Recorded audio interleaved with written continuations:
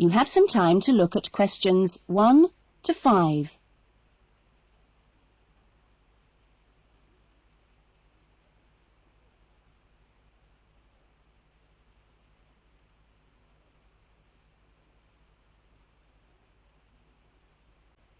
Listen carefully to the conversation and answer questions 1 to 5. Oh, hello.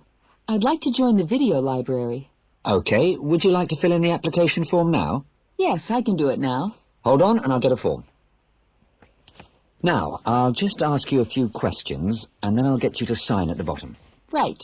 What's your full name? Louise Cynthia Jones. Jones. Yes, that's right. OK. And what's your address? Apartment 1, 72 Black Street, Highbridge. Black Street. That's just round the corner, isn't it? Yes.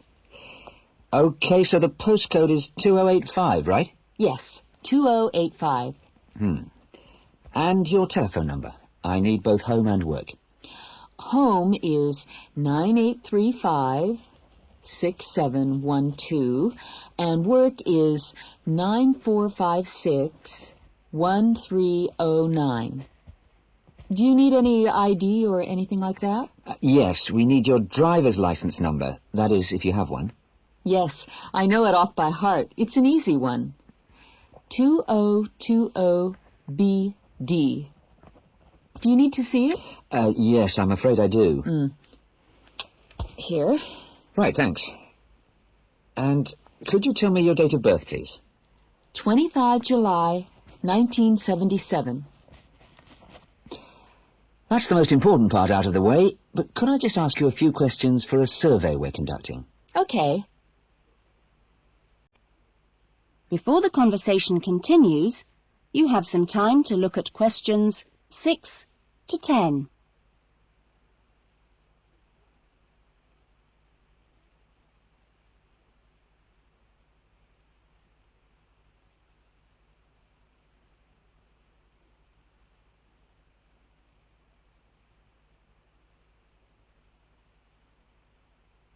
Now listen carefully and answer questions 6 to 10.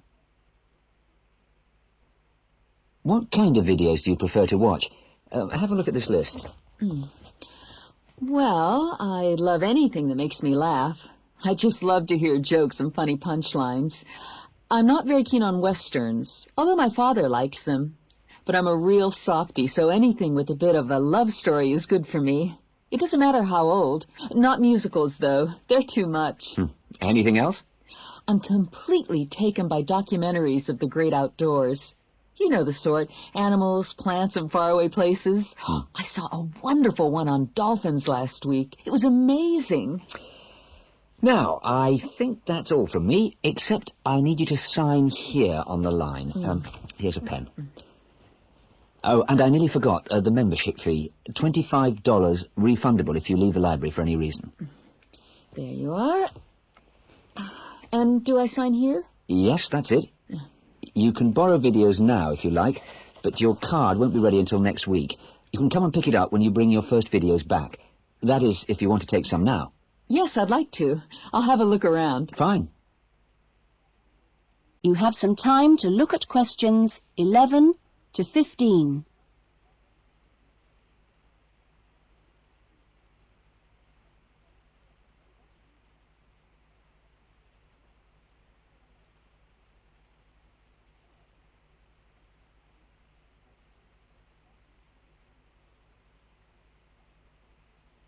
Now listen carefully to the interview and answer questions 11 to 15.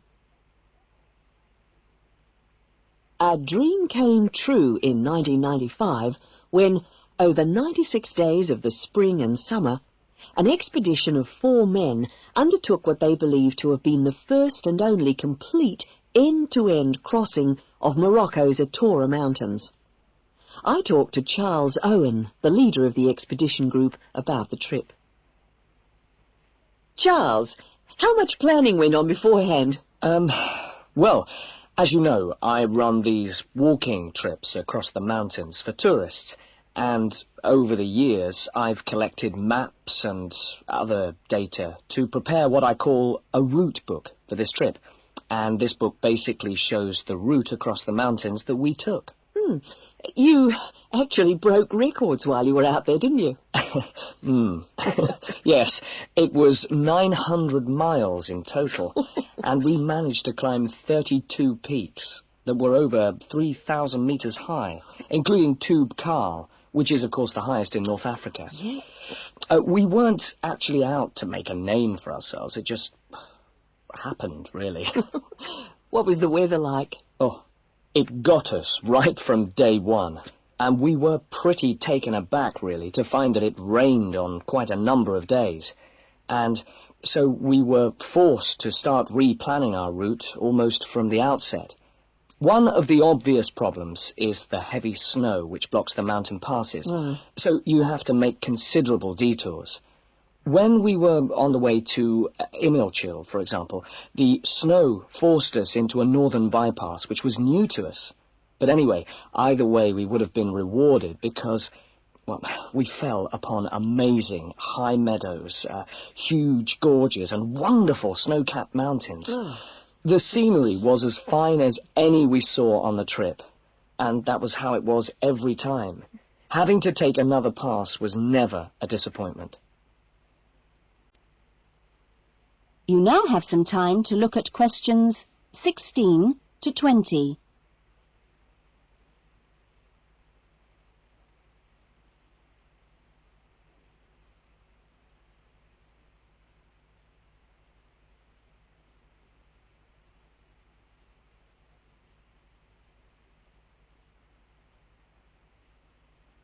Now listen to the rest of the interview and answer questions 16 to 20. It was in many ways a social trip, wasn't it? Yes, yes. We'd arranged to meet up with friends at various points on the journey. I mean, this was actually one of the purposes of the trip.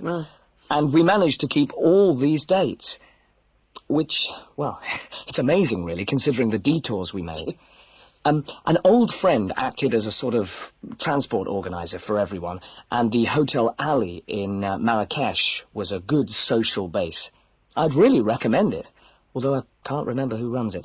Anyway, groups of friends actually joined us for 3-week stints, and others just linked up with us. Some, whom we hadn't met before the trip at all, tagged on for short bursts, people from the area who just came along for the ride. But outside the major visitor areas like Tube Karl, we only met one other group of travellers like ourselves in the whole 96 days. Were there any bad moments? Well, we took 2, I must say, long-suffering donkeys with us to help transport water and tents and things. I suppose if we were to do it all again, we'd probably hire donkeys along the way. Taza and Tamri, as we called them, after the last places in the trip, well, they made quite a unique journey between them. And, well, but it was continuously demanding for them. On both the really high summits, they took diversions that were quite out of character, and I can only assume that it must have been due to tiredness. Well, thank you. And Charles has put together a video about this journey and continues to lead groups to the Atora Mountains. So if you want further information... You have some time to look at questions 21 to 25.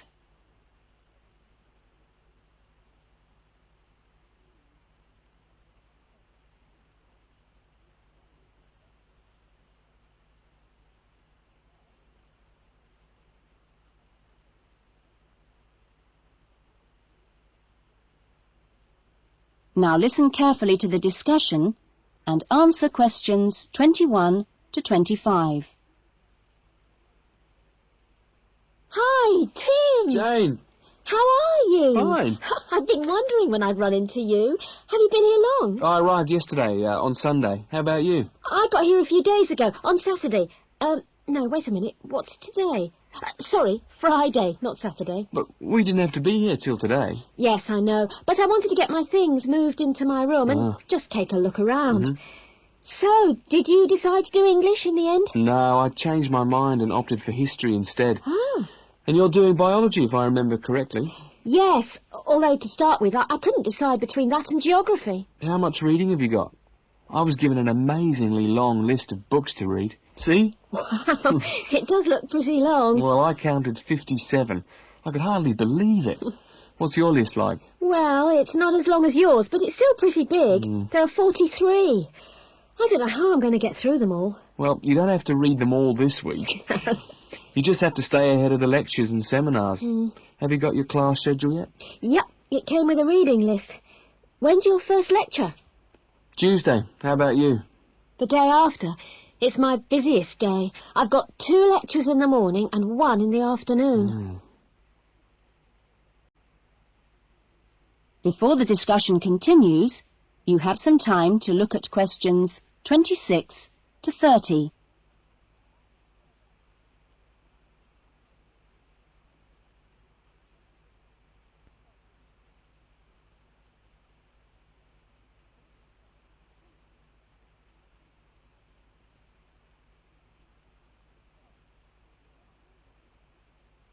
Now listen carefully and answer questions 26 to 30.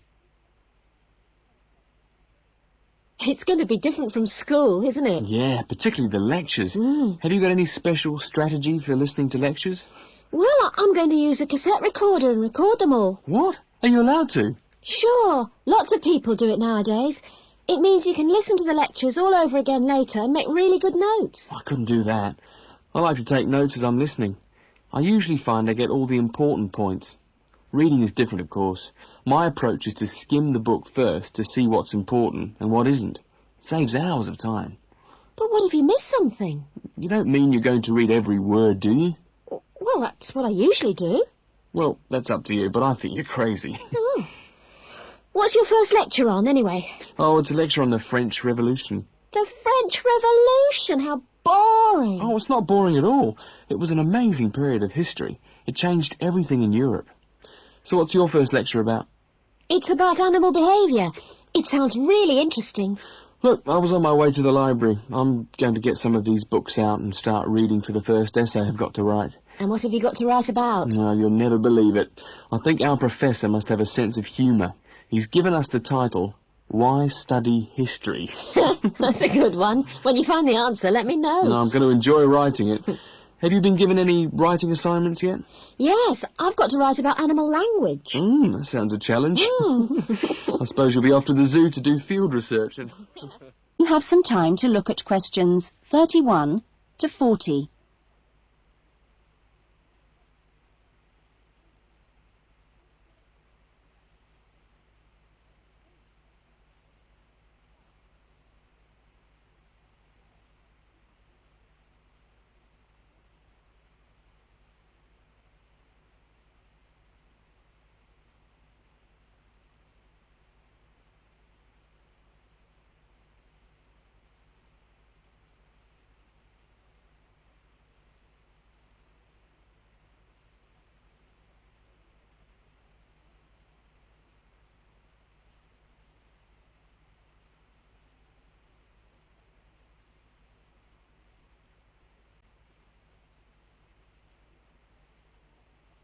Now listen carefully to the lecture and answer questions 31 to 40.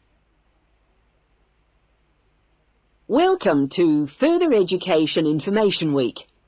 This is the Physical Education Faculty session, and I'm the head of the faculty. During the course of this morning, we hope to give you a clear idea of what we offer in our training programs, and we will look at the types of courses and the entry requirements, if any, for those courses. Some of these courses are open to school leavers, but for some, you need previous qualifications or relevant successful employment. So, firstly, the Physical Fitness Instructors course is offered as a 6-month certificate course, which includes an important component of personal fitness, but there are no specific entry requirements. For sports administrators, we provide a 4-month certificate course, but you should be aware that this is designed for those who are in employment. This employment must be current and related to sports administration. For the sports psychologist course, we offer a one-year diploma course, but this diploma course is available only to those who already hold a degree in psychology. So you need to make sure you have that before you apply to do this course. Now, for physical education teachers, we offer a 4-year degree in education. This degree course is designed for preparing students to teach in primary and secondary schools and needs no prior qualifications, as it is entered directly by school leavers. And lastly, for the recreation officers course, we offer a 6-month certificate.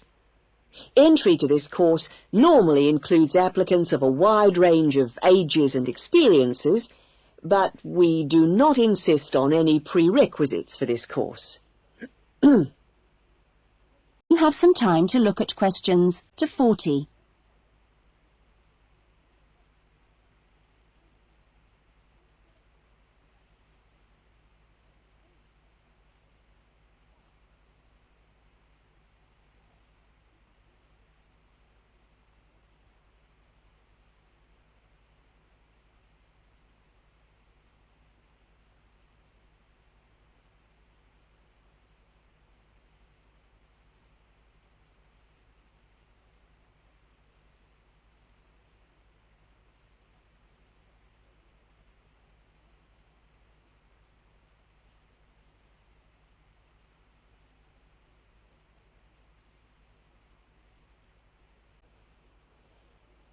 Remember that this is a vocational training institute. We train you so that you can take up a particular kind of job. So it is important that you know the main roles of the jobs, what the work is like, and what kind of qualities you need to succeed at them. A physical fitness instructor works in health and fitness centres, preparing individual programs for ordinary members of the public. Physical fitness instructors prepare routines of exercises to suit the individual client's age and level of fitness. Sports administrators run clubs and sporting associations. Their duties include such things as booking playing fields with local councils and organising the schedule of games or events for the club. So they need good organisational skills. Sports psychologists spend time with professional athletes, helping them approach competition with a positive mental attitude to enable them to achieve their personal best. They do this by improving motivation and concentration, or assisting with stress management.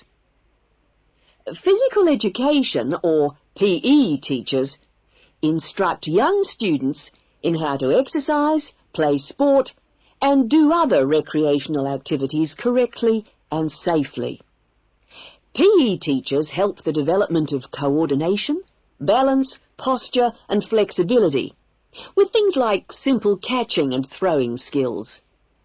They are not expected to be experts in all sports, but must be able to show students the basic techniques involved in a wide range of activities. Recreation officers often find themselves working for local government authorities and local groups.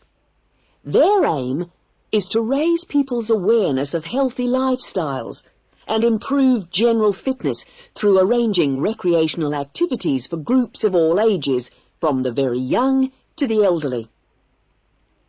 There are many other job opportunities which our graduates can look forward to. If you're interested in any of these, then I suggest... That is the end of section 4.